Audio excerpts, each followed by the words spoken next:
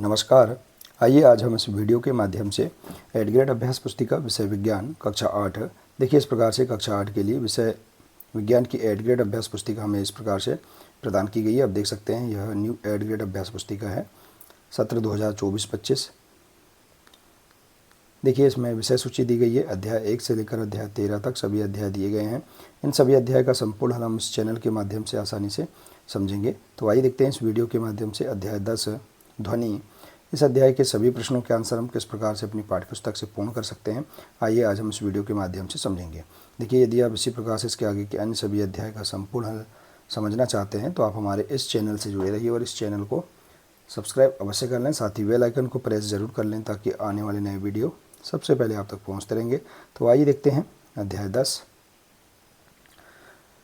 ध्वनि। देखिए इसमें पाठ के पूर्व की तैयारी दी गई है, इसे आप देख सकते हैं। इसमें दिया है नीचे दिए गए शब्दों की सहायता से सारणी को पूर्ण कीजिए। क्रमांक वाद्य यंत्र और ध्वनि उत्पन्न करने वाला भाग। तो देखिए ये वाद्य यंत्र दिए गए हैं, इनमें ध्वनि उत्पन्न करने वाले कौन कौन से भाग हैं, तरीके हैं, इन्हें आप लिख सकते हैं इस प्रकार से। इसके बाद देखिए सही विकल्प वाले प्रश्न दिए गए हैं, इनमें हमें देखिए राइट आंसर पर टिक लगाना है। पहला है ध्वनि का तारतम्य तो ज्ञात किया जाता है, तो इसकी आवृत्ति से, इसका राइट आंसर है। दूसरा है इसी में चित्र में दर्शाए अनुसार अलार्म, तो देखिए इसका राइट आंसर आएगा ध्वनि सुनाई देना बंद हो जाएगी। इसके बाद है मैं एक वाद्य यंत्र हूँ, मुझ में कंपित झिल्ली द्वारा ध्वनि उत्पन्न होती है, बताओ मैं निम्न में से कौन हूँ। तो इसका राइट आंसर है तबला। कुछ माध्यमों की सूची नीचे दी गई है, लकड़ी, जल, वायु, निर्वात। इनमें से किन माध्यमों में ध्वनि गमन कर सकती है?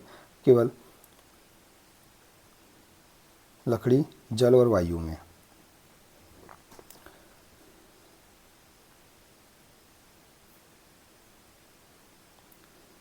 इसके बाद है ध्वनि की प्रबलता घटाने के लिए हमें ध्वनि के कंपनों की आयाम घटाना होगा। सी नंबर का राइट आंसर है। इसके बाद देखिए अगला दिया है नीचे दिए गए विकल्प का चयन कर रिक्त स्थानों की पूर्ति कीजिए।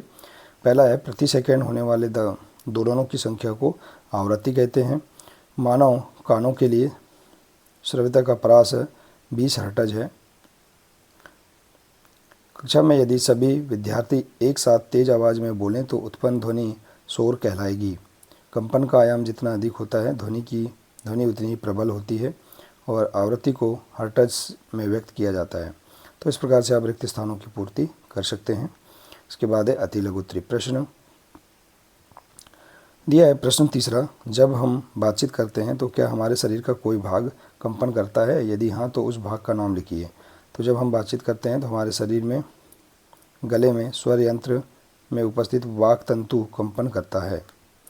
इसके बाद है पुरुषों की तुलना में महिलाओं की आवाज़ तीखी क्यों होती है? तो देखिए महिलाओं के स्वर रज्जु द्वारा उत्पन्न ध्वनि पुरुषों की ध्वनि से अधिक होती है, इसलिए महिला की आवाज़ पुरुष की आवाज़ से तीक्ष्ण होती है। प्रश्न 5, ध्वनि की प्रबलता आयाम पर किस प्रकार निर्भर करती है? यदि आयाम दुगना कर दिया जाए तो प्रबलता कितनी बढ़ जाएगी? तो देखिए ध्वनि का आयाम बड़ा है तो ध्वनि को तेज कहा जाता है। यदि ध्वनि की तरंग का आयाम 2 गुना हो जाता है तो ध्वनि की प्रबलता 4 गुनी हो जाएगी। इसके बाद है मान लीजिए प्रश्न 6वां है, मान लीजिए आप एक कार में बैठे हैं जिसके सभी शीशे पूरी तरह से बंद हैं। क्या आप कार के बाहर खड़े अपने साथी की आवाज़ सुनने में सक्षम होंगे?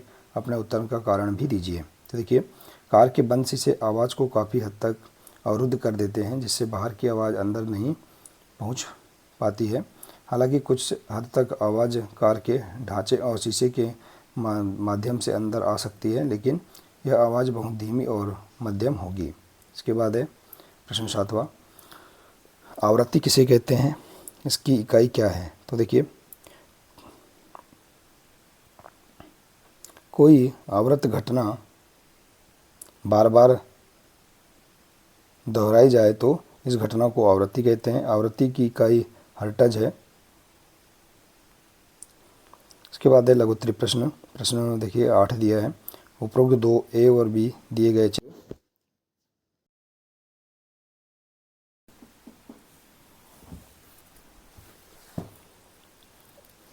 चित्र ए में कोई लड़का सीटी बजा रहा है तथा चित्र बी में कोई लड़का ढोलक बजा रहा है। तो देखिए दोनों कार्यों में से अधिक तारत्व की ध्वनि किससे उत्पन्न होगी? तो देखिए इसका राइट आंसर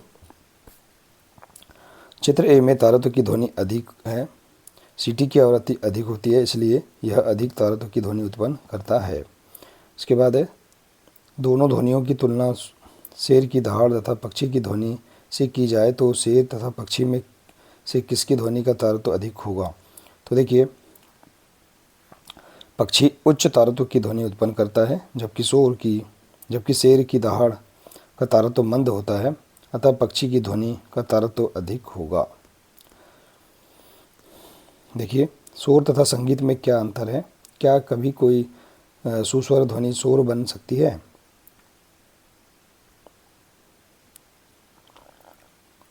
तो देखिए इसका आंसर ऐसी ध्वनि जो हमारे कानों को सुखद लगे उसे संगीत कहते हैं। कोई भी अवांछित ध्वनि जो हमारे कानों को पसंद नहीं आती, जिससे चिड़चिड़ापन महसूस हो, शोर कहलाते हैं।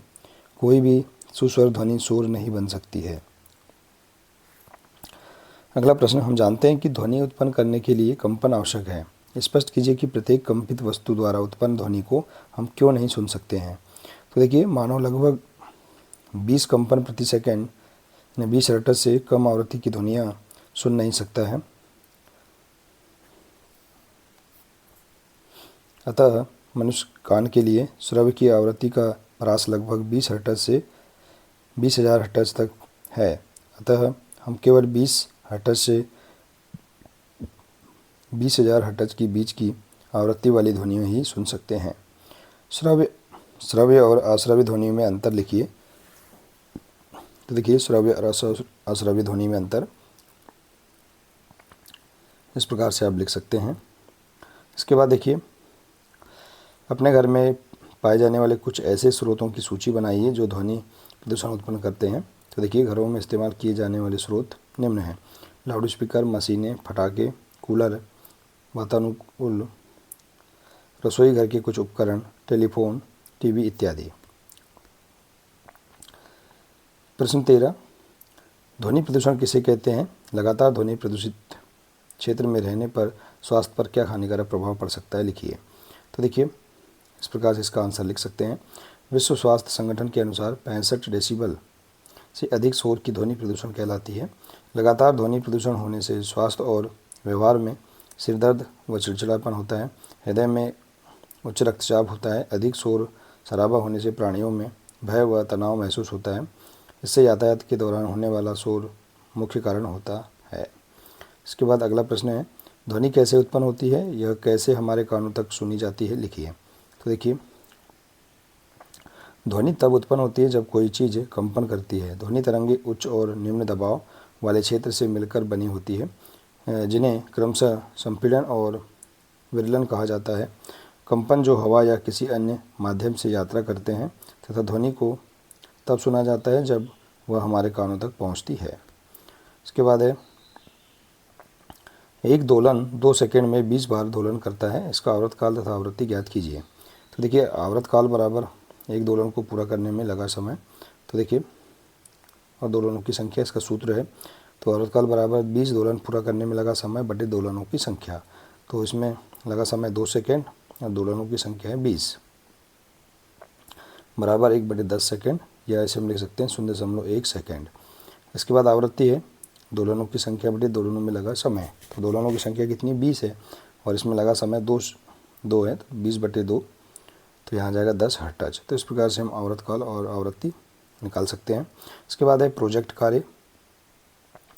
पहला प्रोजेक्ट है कम से कम 5 प्रसिद्ध भारतीय संगीतज्ञों एवं उनके द्वारा बजाए जाने वाले वाद्य यंत्रों की सूची बनाइए। तो देखिए इस प्रकार से वादक का नाम, वाद्य यंत्र का नाम और वाद्य यंत्र का चित्र। तो इस प्रकार से आप यहाँ पर इनके चित्र और इनके नाम भी लिख सकते हैं। इस प्रोजेक्ट कार्य को इस प्रकार से आप पूर्ण कर सकते हैं। इसके बाद देखिए इसी के अंतर्गत है, शाला, घर, मोहल्ले में अवलोकन कर ऐसे वाद्य यंत्रों की सूची बनाइए जो आपने देखे हैं। तो इस प्रकार से देखिए जैसे गिटार, वीणा, सितार, सतरंगी, तबला, ढोलक इत्यादि वाद्य यंत्रों के नाम लिख सकते हैं। इसके बाद है प्रोजेक्ट 2, अपने आसपास स्थित ऐसी वस्तुओं की सूची बनाइए जो ध्वनि प्रदूषण के लिए उत्तरदायी है। तो देखिए हमारे आसपास कई ऐसी वस्तुएं जो ध्वनि प्रदूषण के लिए उत्तरदायी होती हैं, जैसे कि तेज संगीत, परिवहन, यातायात, रेल, हवाई जहाज़ इत्यादि। इस प्रकार से आप इसका आंसर लिख सकते हैं। इसी प्रकार से इसी का बा है, ध्वनि प्रदूषण को दर्शाता हुआ किसी एक पोस्टर का निर्माण कीजिए तथा ध्वनि प्रदूषण को कम करने हेतु 2 स्लोगन या नारे भी लिखिए। तो देखिए इस प्रकार से ध्वनि प्रदूषण को दर्शाता हुआ एक पोस्टर इस प्रकार से बना सकते हैं और इसमें देखिए स्लोगन और नारे। ध्वनि प्रदूषण से बढ़ता है दिमागी तनाव, स्वच्छ वातावरण का आप करें चुनाव, मशीनों ने मचाया शोर है, ध्वनि प्रदूषण चारों ओर है। तो इस प्रकार से हम यहाँ पर इस प्रोजेक्ट कार्य को पूर्ण कर सकते हैं। देखिए इस प्रकार से आसान तरीके से हम प्रोजेक्ट 1 और 2 को भी पूर्ण कर सकते हैं और इस पार्ट के सभी प्रश्नों के आंसर भी हम पूर्ण कर सकते हैं। आशा है कि आपको इस अध्याय के सभी प्रश्नों के आंसर समझ में आ गए होंगे। देखिए यदि जानकारी अच्छी लगी हो तो प्लीज़ इसे अधिक से अधिक शेयर करें, वीडियो को लाइक करें और इसी प्रकार से इसके आगे के अन्य सभी अध्याय का संपूर्ण हल समझने के लिए आप हमारे इस चैनल से जुड़े रहिए। मिलते हैं इसी प्रकार से इसके आगे के अगले नए वीडियो के साथ। नमस्कार।